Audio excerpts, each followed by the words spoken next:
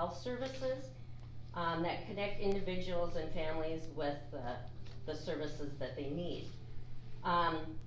Vicki began her involvement with Mental Health Connect in 2018 after losing her oldest son, Cole, to mental health issues.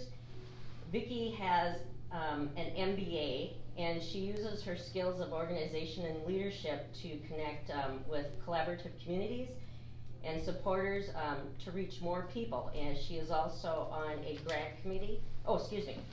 Vicki, skip to the line. Vicki also serves as a Thriving advisor. She's the president of the St. Anthony Chamber of Commerce and is on a grant committee for the Minneapolis ELCA Area Synod.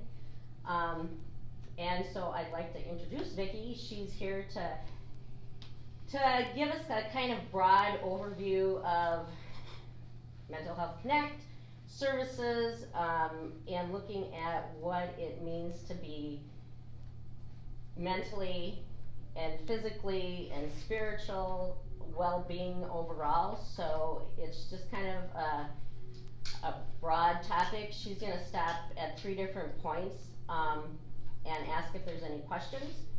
So here's Vicki. Thank you.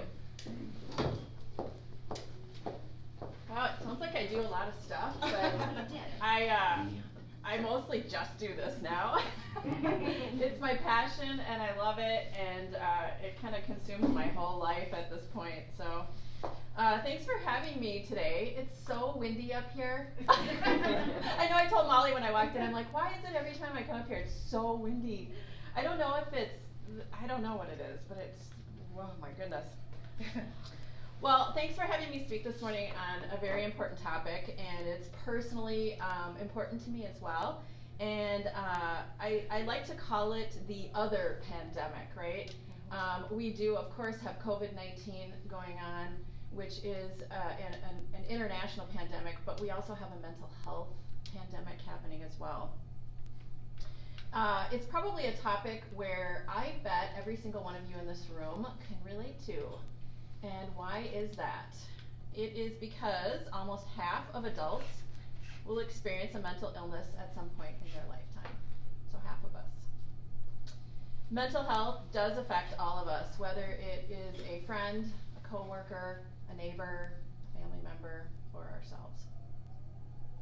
Just last year, it was reported that 40% of adults, just in the year 2020, are struggling with mental health or substance use. And granted, it was a strange year, right? It was COVID and lots of things happening.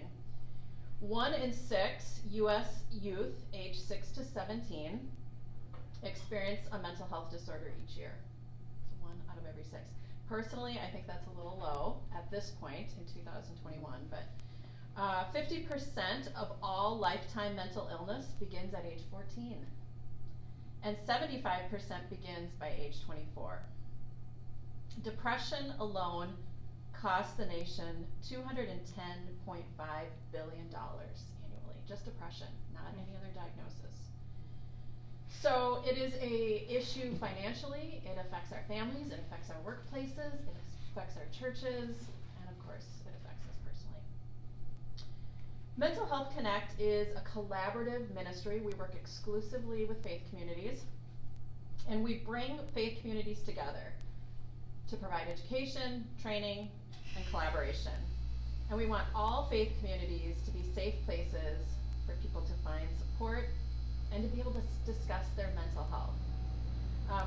We don't have any problems, I feel like, talking about our physical health. Like if somebody is diagnosed with cancer, right, they share that with you. They tell you, hey, I just got diagnosed and now I'm gonna start chemo in a few weeks and kind of worried about it.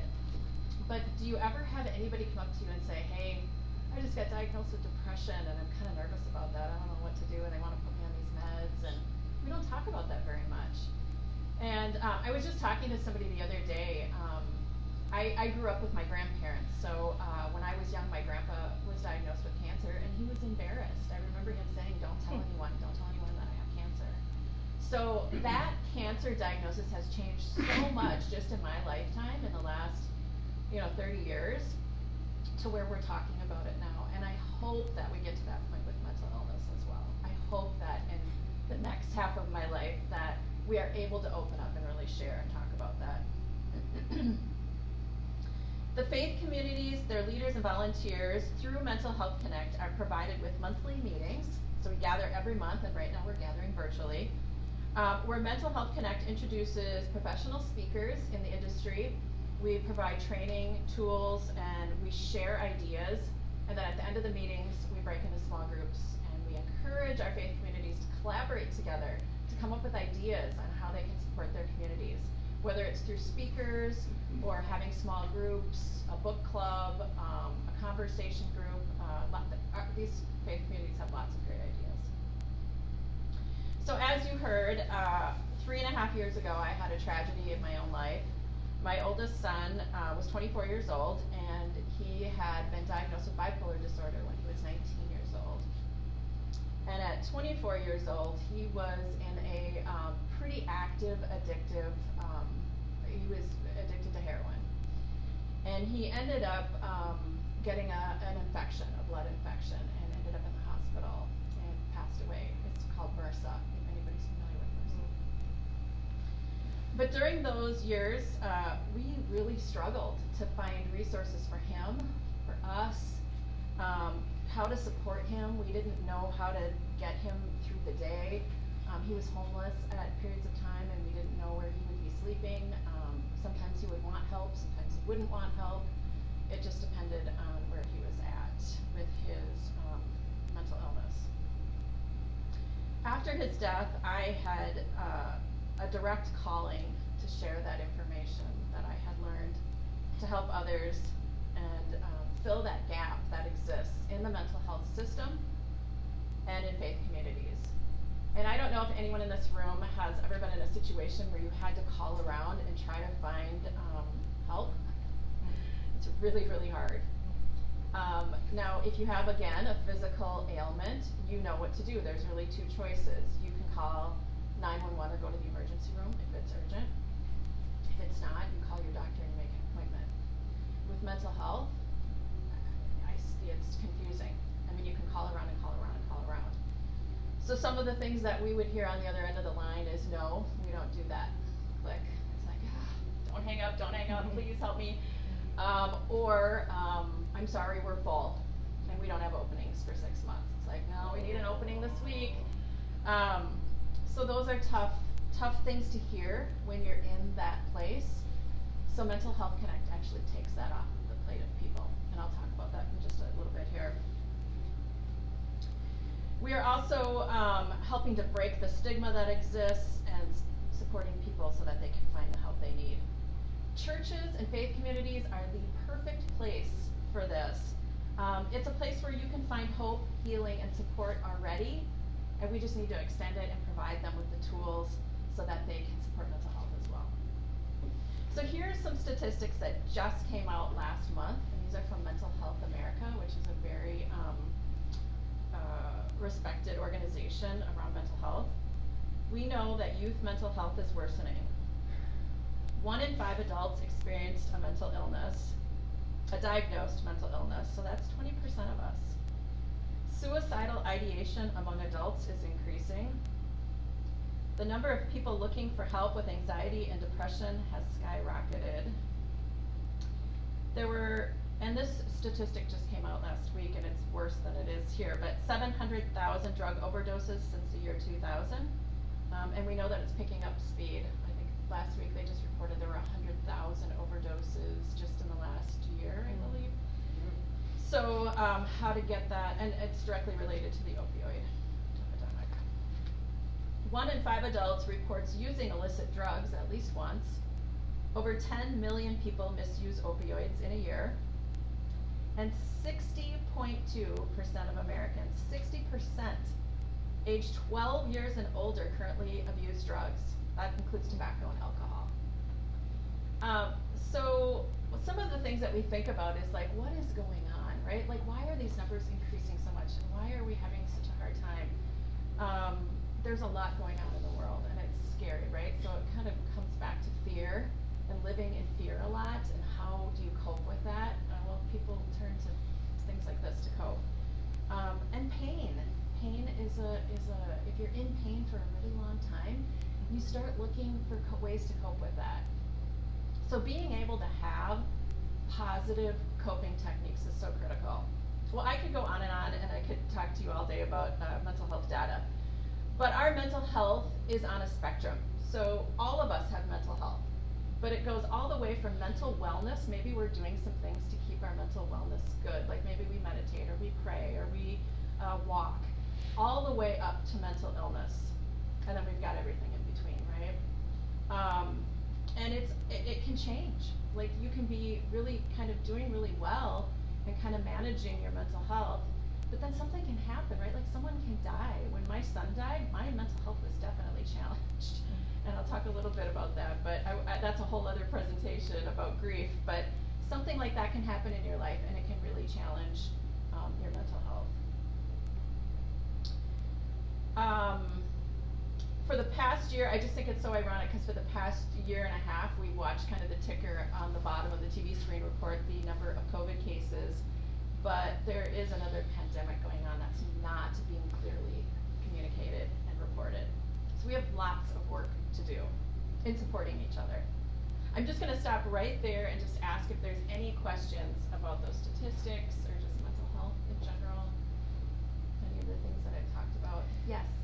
Well, we've had a little different, maybe experience than you. I was lucky to get my spouse into a neurological appointment in early October. It was supposed to be in January, but I got a cancellation. Nice. But the Alzheimer's Association has an excellent website. Do you guys connect into that? What's it called? Alzheimer's. Oh, yes. So, we found out that within this local area, there's support groups for me as the caregiver, support group for both of us, and I mean, we had to drive a little bit to Cambridge, but it's very well for both of us. So there's resources out there, and these are free resources. Yes, absolutely. That's great. And same with traumatic brain injury. There's resources out there for that too, and autism and ADHD. It's great, but it's hard to find those things, right? Well, you gotta get, I did, I think the first place I have to look with is a website for older people. Okay. Online. Yeah. Connected with a human, and right away, he got me to, this is where you call it, this is where you call it. Then there's a website called caring.com. Yes. Mm-hmm. So there are, you gotta start looking on a computer, you can find this stuff. Right, good for you. Yeah, there's not enough navigation resources out there and people to actually pick up the phone to say, yes, I'm a real person, I'm here to help you, what can I do? That's awesome. Hey, Vicki, Yeah. how about, I don't know if we're gonna address this or not, but just even how can we be better supports for the people who have mental illness in our lives? Like what do we do and what do we don't do? What should we not do? That's a great question. And again, thinking about it, like everyone is going through something, right? And so how can we be better supports for each other? I think, and I'll talk a little bit about it, but learning how to really listen to people.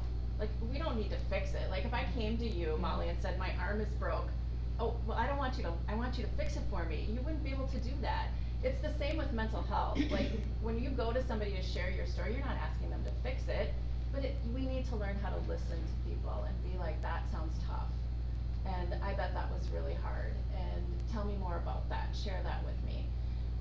Because the reality is before you can find professional help, it might be a while, and you're gonna need a friend or a connection or a sponsor or someone that can just listen and just be there for you. And Vic, there's a question over there. Oh, yeah.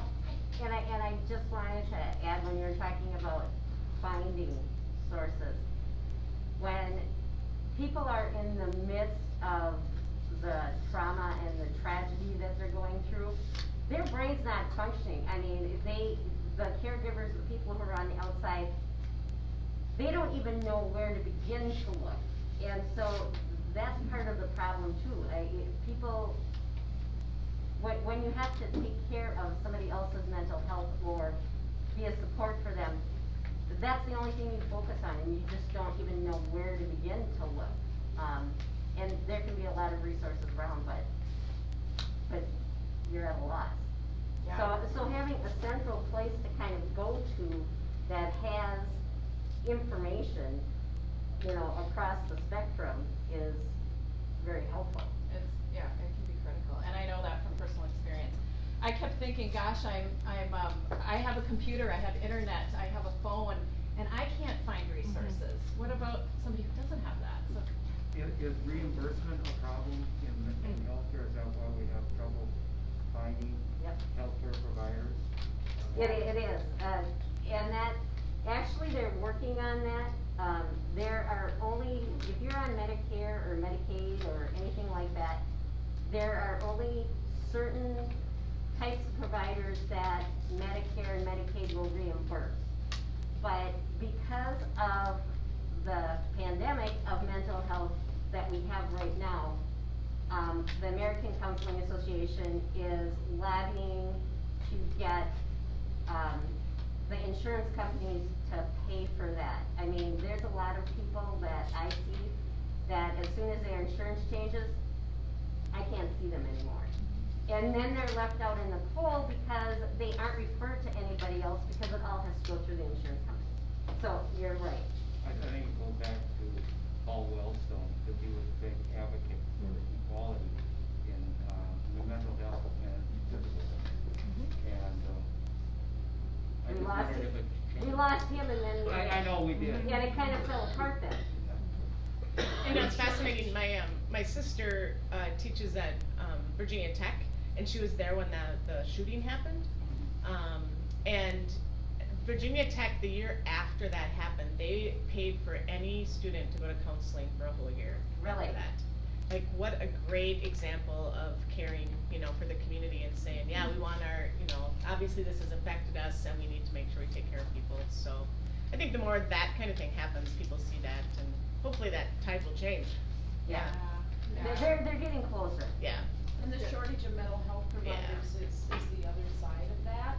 I'm a therapist and my calendar is booked out till January. Mm-hmm. And I see primarily kids, but that shortage also impacts, and somebody will call and they have a child that desperately needs attention or help or support, and a lot of times I'll say, okay, I'll find a spot for them, but that's just kind of a sign in general of how the supply and demand, because fortunately, we're more comfortable talking about mental illness and people are stepping forward, but there's this tangled web that needs to be navigated and all these variables that really impact how you can actually access services. That's what's exciting about this work, is churches are such a strong connector, and having a place to start is generally what I find is really Most one of the difficult. toughest. And if you can get to step 2, Yeah. woohoo. Yeah, and then step 2 will give you resources to step 3, and we always, part of what we do too is just educating people on the process, you know? The Like, so map. when you get there and that doesn't work, make sure you ask them, what else do you have for me? You know, don't give up, keep going. I'm gonna talk a little bit about Mental Health Connect now, and then I'll stop again and let you ask some more questions, but Christ Our Light is one of those faith communities that really cares about people and their entire health. Our health includes our spiritual health, our mental health, physical health, financial health, I mean, all sorts of things that make us into a complete person. So in order to help people though, we have to have the tools to be able to do that. And of course, churches can't do everything, but they can partner with other organizations to make sure that they have the resources that are necessary. And churches should be a safe place to find help and work towards healing and support. I don't think there's any better place to do that. That's where Mental Health Connect comes in. We walk along faith communities, provide support and training. So how does Mental Health Connect provide this ministry? We have 3 basic teams. They're called ambassadors, navigators, and then our outreach team. So I'm just gonna quickly go through each one of those and then feel free to ask me questions. Our ambassadors are volunteers, they're leaders in every one of our collaborative faith communities. There are over, I think we have 34 faith communities right now that are working together to build mental health ministries in their community. Each of these ambassadors, which are actually volunteers from the faith community, so Molly might say, let's have 4 people from Christ Our Light attend the monthly meetings, get the trainings. They come to those monthly meetings and then they bring that information back to their faith community. So they might meet with Molly and another team and say, here's what we learned last night at Mental Health Connect. Should we implement that? Is that useful for us? Should we have that speaker come into our community and talk? We provide training, professional speakers, information, and it's critical information for building a mental health ministry in your community. The second thing that we do is navigation. So this is a text, a phone, an email line where people can call and let us know what's going on. We're gonna take that research off of your plate. So we help you find the next good step. Our navigators are supervised by a licensed psychotherapist. They meet weekly as a team because they need support as well. We get a lot of very difficult calls. Excuse me. And the best way to help a caller and how those teams can support each other. At our warm line, it's not a crisis line because there are crisis supports out there already, but it's answered Monday through Friday, and we are hoping to expand that in the near future to weekends as well. And that, I will be honest with you, most of the calls that we get on that line are someone that is calling about someone else. So a parent calling about their child, a spouse calling about their partner, a child calling about their parent. I would say that's probably 80% of our calls. So we know mental health doesn't just affect the person that is struggling, it affects the entire family, and they're all struggling. The third thing we do is outreach. So we have a team of volunteers that provide public training opportunities, strategic ways to serve our communities. So that involves being at a community meal, at a food shelf, at Sunday worship service, at a table, whatever is most applicable for that community. So some of the examples our faith community training include suicide prevention, Narcan training, which is the drug that reverses the effects of opioids. December, we're having de-escalation training. So if you are in a really kind of situation where somebody's very escalated, how can you manage that and bring that down and actually have a conversation with that person? We do trauma-informed community training, kind of what we talked about in the intro, you know, what is trauma and how can your community be educated on trauma? It's not just war, it's all sorts of things. It's childhood experiences, it's lots of stuff. And we're grateful to have partners that work with Mental Health Connect and bring these topics to our entire community, and it's all free.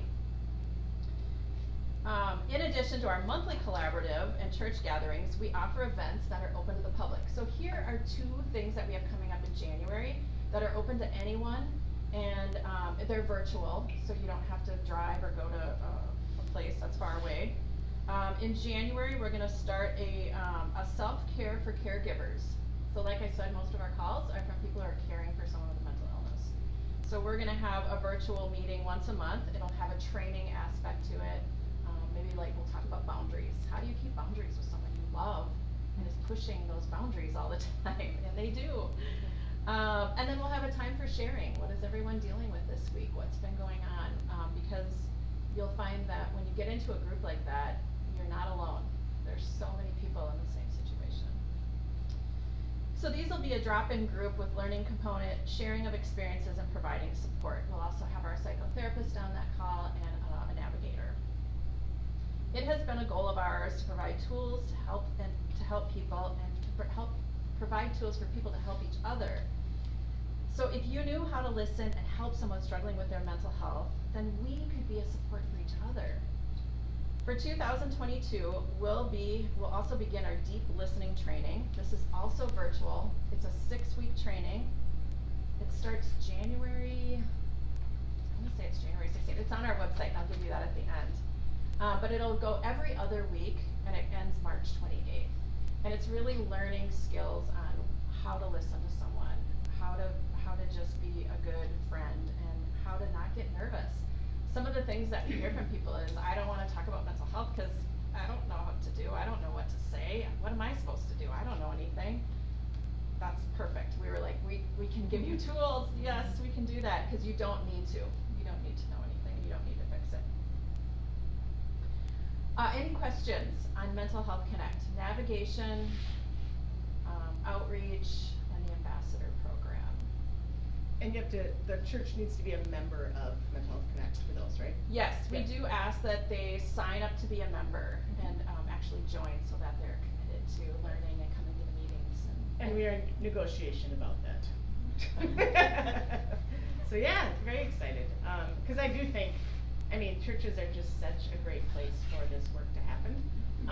And it's happening to 60% of our population, which means 60% of our church is dealing with this. So I think, we're hoping to really do some good organizing around it, so it's exciting. Yeah. Is there a charge? How do you do it? There is, and what Mhm. is that? So we are a nonprofit organization, so we do ask for an annual donation from the churches. Typically, we ask for $1 per person per year. So if your congregation is 1,000 people, it would be $1,000 a year. So we don't get any funding from the government, we don't get any grants, there's just very little mental health support out there. So in order to support the navigation program, and we have over 100 volunteers that work with us, but we do have some expenses, so yeah. And then we ask that those volunteers come to that monthly meeting, it's really important to be there. And then we also have materials that we ask for you to have available in your church, because people need to be able to find our phone number and call that navigation line when they need it. Vicky, can you share just some examples of what churches have done to address this? The ones that the 36 that you're connecting with? here? Yeah, oh my goodness. So, we have some really big churches like the Basilica, downtown Minneapolis, Mount Olivet, Bethlehem Lutheran, and then we have lots of little tiny churches too. So, some of the things that they do, the Basilica is great, of course, they have a mental health film festival every winter. That's kicking off in January. And then, Tuesday night, we'll be at Wayzata Community Church, and we purchased the pre-screening for the film My Ascension. It's a suicide prevention film. It's about a 16-year-old girl who is the captain of her cheerleading team. She's a 4.0 straight A student, and she tries to take her own life. And so, we'll have a panel discussion afterwards for everybody there. Some churches do book clubs. We have a listing of mental health sort of books that strike up conversation and kind of build some community around that. A lot of churches will bring in professional speakers to talk about mental health, authors and all sorts of things, psychiatrists and lots of different people that are in the mental health world. And then they'll collaborate on that. Maybe 5 churches will go in on that and bring that together and then have a bigger crowd too, which is kind of fun. Good. Lots of, and we've done conversation groups where I did something like this, and then we'd break into small groups and we'd have conversation about that afterwards, and people really wanna talk about this. It just, they need the environment and a safe place to be able to be like, okay, I think I can tell this person my story. I think this is okay. So, I just wanted to give like a few tips on what you can do if you are feeling sad or nervous or isolated or unable to function like you want to. Wondering why things seem like they're falling apart or life feels too difficult. And I just want to remind you again that we are complete beings. So when our mental health is struggling, sometimes our physical health struggles, like because we don't want to exercise and we don't want to move. Our spiritual health struggles. Sometimes people don't come to church because their mental health is struggling and they feel embarrassed. Our financial health may be struggling because maybe we can't go to work or we have to take off a lot of work because we're sick. So number 1 is seek help. Don't isolate. I know the tendency, and I have been there after my son passed away. I was in a pretty tough place and I didn't want to leave my bedroom. So even though in my head I knew that that wasn't the thing to do, but that's what you want to do. You have a tendency to isolate. But you do need help. Your brain is not thinking clearly, kind of what we talked about earlier. And my brain was telling me that no one else had gone through this situation. Like I was the only one in the world. Because how could they? This was so horrible. Like nobody probably went through this. Well, I was wrong. I was totally wrong. So when you're in a state of shock and exhaustion, grief, you do not know how to organize yourself. You don't know how to make those calls. It's too difficult. So your church, you can turn to your church for help. A trusted friend, maybe. A therapist. Your doctor, sometimes. If you go to your regular doctor, you can ask them about it. But you do have to find a support system and pull that together, or have somebody help you pull that together. Number 2, I had to, and these are things that I had to do, I had to really dig into God, and I was really mad at him. So I had a little argument with him. All right, God, you created this mess for me. Thanks a lot. I don't know what you're going to do with this, but no one else knows how to fix it, neither do I, so I hope you got some sort of plan here. But I encourage you to listen, and I mean really, really listen. Set aside some quiet time every day, even if it's just 2 minutes, if that's all you've got. And just let your guard down and open up your heart and just think about how is your life going, and really talk to yourself and talk to God about that. And listen, and you're going to get some answers. Paul wrote to the Corinthians, "Therefore we do not lose heart. Though outwardly we are wasting away, yet inwardly we are being renewed day by day. For our light and momentary troubles are achieving for us an eternal glory that far outweighs them all. So we fix our eyes not on what we see, but on what is unseen. For what is seen is temporary, but what is unseen is eternal." Again, I know when you're in a dark place, that's hard to understand, but it can help you get through some tough times. Number 3 is seek yourself. Take those tiny little steps. Think about, sometimes when you're thinking about your entire journey, it just is so overwhelming that it never turns out that way anyway, so just take it like little by little. I literally had to write down, get out of bed, take a shower. I mean, I literally had to write eat, because I would not eat. Write it down. It's like, okay, I checked it off. All right, I'm up. Fine, I'm up. Just make one small move a day, and then don't stop. Just add a little small move every day. Here are some of the intentional changes that I had to make, the small steps that I did. Some of them I discovered on accident, and some of them I knew about and I knew I had to implement. So first of all, I had to do that little practice of letting go every day, all of it. I had to take off the pack, take off the stress, release the pressure valve, let the air out, and drop my shoulders and just breathe. I didn't care what happened, I didn't care what I was thinking about, it didn't matter, I just needed to stop for a second every day and do that. The second thing is, there are so many tools available to us right now because of the internet and the world, but that can also be very overwhelming. It's like, where do I start? This is so much. The reality is it doesn't matter. Just pick one small, simple thing. It will lead you to the next small, simple thing, and pretty soon you will be like, oh, I have a nice little menu of things here. Turn the TV off, shut your phone off, do some breathing.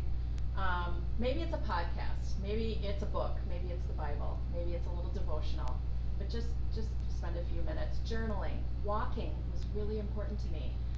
I didn't know why, but my therapist is like, of course, walking is methodical. It's almost like meditation. Keep doing it. If it's working, keep walking. I'm like, okay. But don't get overloaded. Just do one little thing. How you talk to yourself is so important. And I didn't really realize this when I was younger, but there's this voice in your head that speaks to you during the day, like that says, oh gosh, why'd you do that? Why'd you screw that up? That was stupid. What are you doing? Where are you going? It's really important to change that voice in your head. And asking yourself, how are you doing? Just like you would with a friend, right? Like when you talk on the phone with your friend, you're probably saying, how are you today? Ask yourself that. How are you today? Are you okay? Are you doing well? What do you need today? What do you need at this time? And I had to ask myself that all day long. How are you now? Are you still okay? Okay, good, all right. The next thing is forgiveness. Oh, I know, there's so many things that happen in this world that are frustrating, but I will tell you that holding on to anger, pain, resentment, sadness, grudges, bitterness, it is destroying you. Not for them, don't forgive someone for them, but do it for yourself. It's like drinking poison when you're angry all the time. And the other thing I would say is forgive yourself. I have a lot of forgiveness to do.